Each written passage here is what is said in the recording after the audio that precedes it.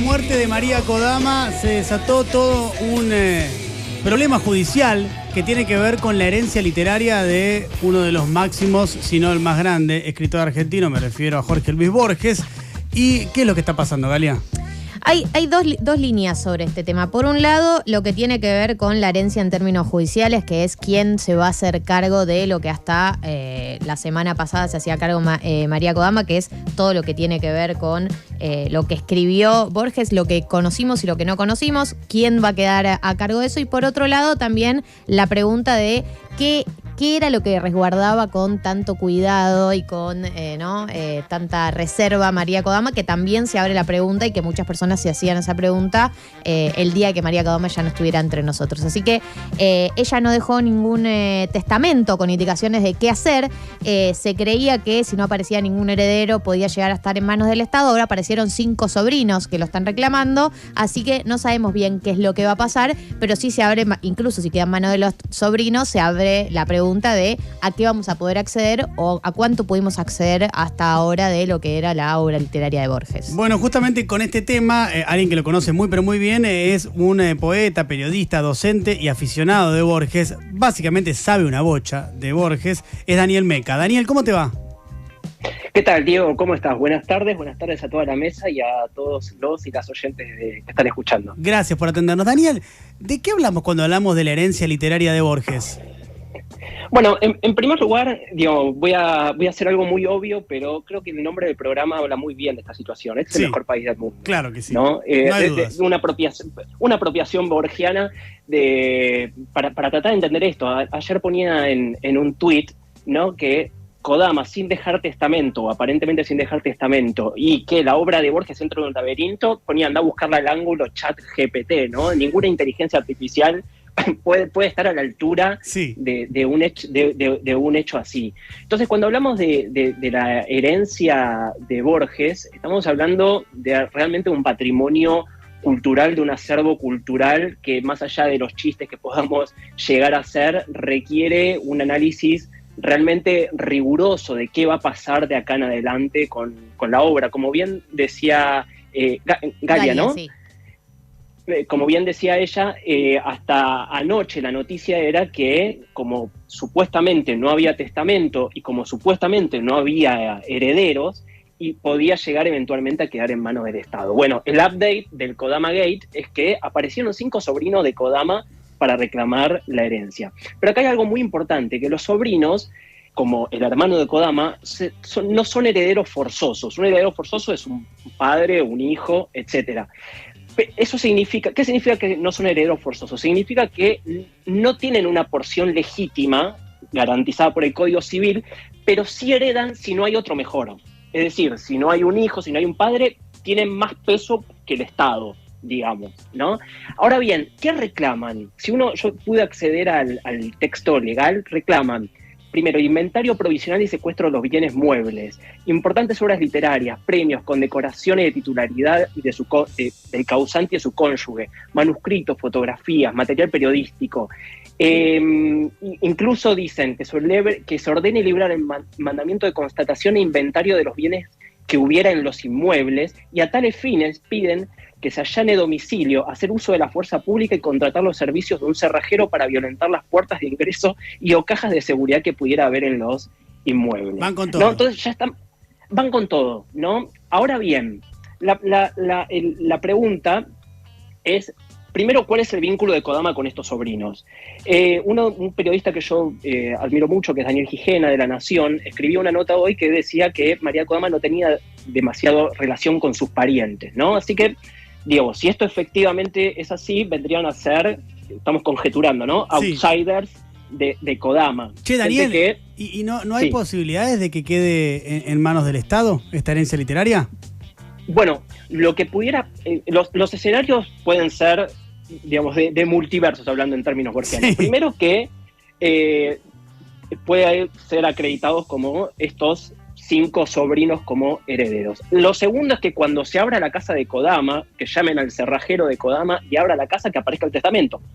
Si en el testamento no figuran los sobrinos, ellos caen directamente. No tienen ningún van a ser desplazados inmediatamente de cualquier tipo de testamento. Ahora bien, hay una tercera posibilidad, y que es que el Estado, como si fuera la compraventa de un inmueble, puede intervenir legalmente intentando comprar los derechos para garantizar el acervo cultural de Borges, ante lo que entiende serían extraños que se quedan con estos derechos, ¿no? Aunque amparados legalmente por el código. En otras palabras, no sabemos quiénes son estos sobrinos, no sabemos qué tipo de criterio van a tener a la hora de resguardar esta obra. Así que el Estado, que si aparecen herederos no puede ser heredero directo, sí podría, a mi entender, y con los abogados con los cuales hablé, intervenir comprando los derechos, ¿no?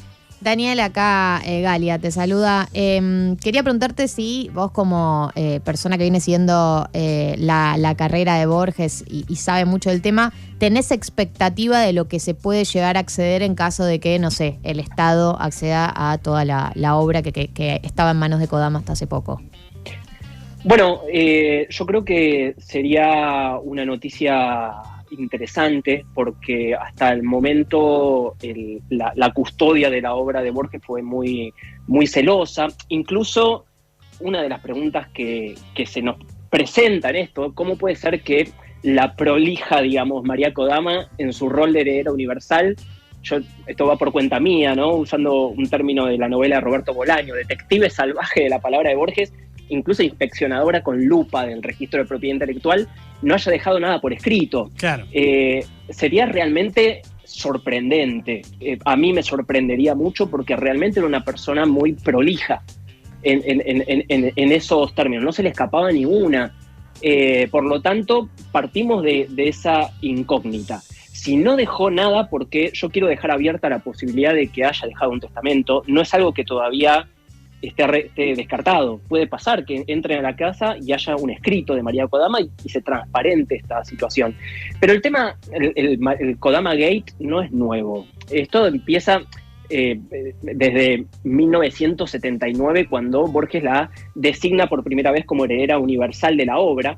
Pero después, en 1985, esto es lo único nerd que voy a decir, se modifica el testamento, y a la ama de llaves histórica de Borges, que era Fanny, que en el testamento de 1975 Borges le heredaba la mitad del dinero en efectivo, y en bancos del país o del exterior cambia el testamento, y en 1985 recibe 2.500 australes, ¿no? Que para la época devaluatoria incluso de ese año era nada.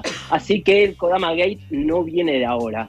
Yo creo que, digamos, sea cual sea el escenario, me parece que entramos en una especie de manoseo burocrático en torno a la obra de Borges, donde van a empezar a, si se me permite la palabra, buitrear en torno a este gran acervo, y que la cuenten como quieran. La obra de Borges es universal y es de los lectores, ¿no?